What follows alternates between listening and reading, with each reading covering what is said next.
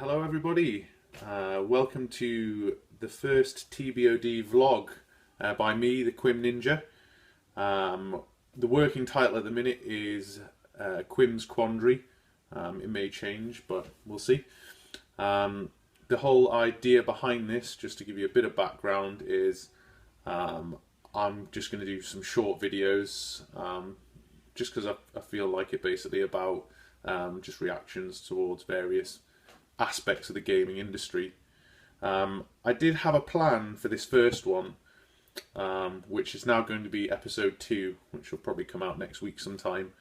But episode 1 is a bit on the fly today, because, let me put that back there a bit, we've had a bit of, I would say it's certainly shocking news, certainly to me anyway.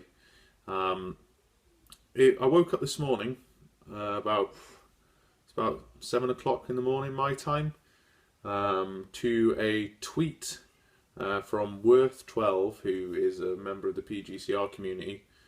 His name's Worth Andrew on Twitter. He was the first one who brought my attention to it. Basically saying, can you believe that Marty O'Donnell has been sacked from Bungie? First thing in the morning I was like, what? So obviously started Googling away, and sure enough, yeah, Marty O'Donnell, who is a prince among men, I would say, he tweeted this out, and this is what the news stories have basically been kind of reporting on. His tweet read, "I'm saddened to say that Bungie's board of directors terminated me without cause on April 11th, 2014. This came as a massive shock to me, and I think it's a really sad thing to happen. Of course, it's sad for anybody to lose their job in such a way. But I mean, Marty in particular has played a major role in the development of Bungie games as far as music goes. I mean, he's been the musical director on a bunch of games that they've done. All the Halos, the Oni series, Myth 2, the list goes on. And I know I'm not alone in thinking this. And obviously I am a Halo fan, but one of the major reasons behind me loving the Halo franchise as I do would be the music. You know, it promotes a sense of wonder throughout it, and in the Halo series specifically, whenever you were playing the Master Chief, it made you feel, you know, like the Master Chief, and kind of legendary and epic when the scores hit and the drums came in, etc. Or just when, you know, you'd turn around a corner, and, you know, everyone remembers that famous kind of waterfall scene, or, you know, when you land on Halo. You know, the music really sets every part of Bungie's games off in such a way that it's unmistakable. Like, Marty's style is unmistakable, and I think the reason, not the reason, but one of the reasons I was so excited about Bungie's new game, bar the fact that they've got a pretty damn good pedigree when it comes to making first-person shooter games, was the fact that Marty was making the music. We'd heard samples of it. It'd been in adverts. You know, he'd even composed music for video game concerts to kind of promote Destiny as a game, you know. And everything I've heard sounded absolutely epic. Literally, the music is what really captures and makes Bungie games what they are, as much as the solid shooting mechanics. You know, it's intertwined with the game for me. I mean, if we take a look at, well, actually, I'm skipping ahead here. If you think about, you know, Destiny as a franchise, because obviously it's meant to be a 10-year kind of thing. 10 years of games in front of them. And Marty was obviously going to play a major part in creating that sense of wonder again in this new franchise, through his musical stylings, if you will. Whether the music's finished for Destiny, the first one, or not, there will be a distinct kind of shift in musical stylings going from Destiny 1 to Destiny 2, whatever that may be called. And I really think that this is a really bad move on Bungie's part to really get rid of like an iconic, not only iconic music creator, but an iconic person within the games industry. Like, Marty is a legend, you know? Certainly in the eyes of many Halo fans, if not all Halo fans, and the industry, the wider industry as a whole, you know?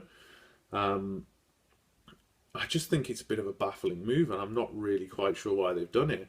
But going back to that kind of shift, so if they're going from... So let's say the music is done for Destiny 1, that's banked, that's going to be in that game. Destiny 2, they're obviously going to have someone else on board. They've still got, I think they've still got Salvatore, who kind of co-created the Halo music with O'Donnell. So it's not a complete loss there, but there's certainly going to be something lacking, I feel, in their upcoming games. I think that usually when you see a music director leave a company or whatever, it's not really that much, you know, that well reported when a musical director leaves a game company. But when you see someone like Marty leave Bungie, that has ramifications on how the game plays, because the music plays such an important role in Bungie games. It really is going to leave the future games lacking, in my opinion. I think that, you know, it's a really kind of odd move, and it makes me wonder why they've done it. I mean, there has been a statement from Bungie, by the way, a pretty nondescript one, I might add, but that is the enigma that is Bungie, I guess. It basically reads as follows: for more than a decade, Marty O'Donnell filled our worlds with unforgettable sounds and soundtracks and left an indelible mark on our fans. Today, as friends, we say goodbye. We know that wherever his journey takes him, he will have a bright and hopeful future. We wish him luck in all his future endeavours. You know, it's a nice sentiment, and that's obviously written by... it'll be written by the community director, I think. I haven't really checked the source, but that's on their official website anyway. But yeah, it just makes me wonder, why is he being sacked? It's a bit weird. Like, has he done something to irk the directors, or have they just decided to take a new direction going forward? It seems a bit odd that they would be unsatisfied with his work, given the overwhelmingly positive reaction the fans have had to hearing the music that they've heard thus far. It really is a kind of a head scratcher, this one. I was wondering if any of you had any kind of theory about it, or if, you know, you'd heard any rumours or the whatever. Just let us know in the comments below, I guess. Yeah, it's a sad day to see a man of his calibre leave the studios, and I'm sure whoever he goes to work for are going to be far richer in talent for it, because in my opinion, he is the number one at doing gaming music. Simple as. Nobody does it better, in the words of Shirley Bassey or whatever. Anyway, let us know, why do you think they've got rid of Marty? Hit us up, as I say, in the comments, or check us out, Teabag or Die, on Twitter. Let us know. Needless to say, we will be discussing this more on the podcast. So as I say, check us out on iTunes as well for that. Thanks for listening to this rather rambly first attempt. Hopefully I'll see you next time in a slightly more succinct and organised manner. Cheers.